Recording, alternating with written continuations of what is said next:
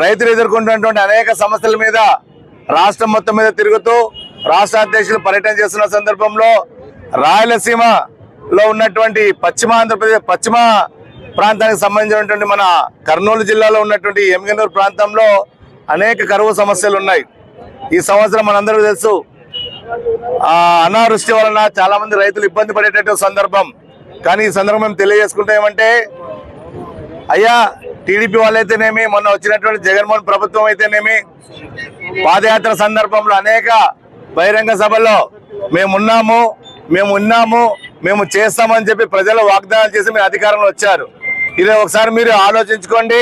ఈరోజు వేదవతి నిర్మాణాన్ని త్వరితగతిన పూర్తి చేస్తారని మాట ఇచ్చారా లేదా? గుండ్రేవుల ప్రాజెక్టుని పూర్తి చేస్తామని మాట ఇచ్చారా లేదా? అలాగే మనకు ఏదైతే వస్పేట్ డ్యామ్ ఉందో అక్కడి నుంచి రావాల్సిన 100 టీఎంసీల నీటిని ఖచ్చితంగా రాబడతామని చెప్పి మీరు ఎన్నికల ముందు వాగ్దానం ఇవ్వడం జరిగింది. కానీ ఈరోజు చూసుకుంటే వాటి పాపాన పోలేదు. సాక్షాత్ ఆలూరులో ఉన్నటువంటి మన రాష్ట్ర మంత్రి గుమ్మనూరు జయరాం కూడా ఏమి చేయలేని పరిస్థితి. ఈరోజు అన్నమో రామచంద్ర అనే విధంగా కాకుండా ఇక్కడ ఉండే రైతులు నీళ్ళో రామచంద్ర అనే విధంగా మనకి పరితపిస్తా ఉన్నారు. ఈ సందర్భంగా ఏమైపోతా ఉందంటే, ఇక్కడ రైతులందరూ కూడా వలసలు వెళ్ళేటటువంటి పరిస్థితి.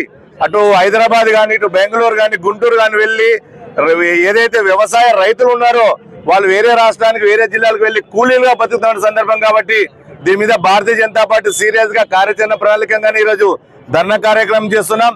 రాబోయే రోజులు ఈ ధర్నా ఇంకా ఉధృతంగా ఉంటాయని తెలియజేసుకుంటూ ఈ అవకాశం ఇచ్చిన మీ అందరూ కూడా ధన్యవాదాలు తెలియజేసుకుంటున్నా.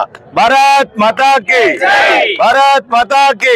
మరిన్ని వీడియోస్ కోసం ఛానల్ ని సబ్స్క్రైబ్ చేయండి. లేటెస్ట్ అప్డేట్స్ కోసం వాట్సాప్ ఛానల్ ని ఫాలో చేయండి. అండ్ లింక్ డిస్క్రిప్షన్ లో ఉంది.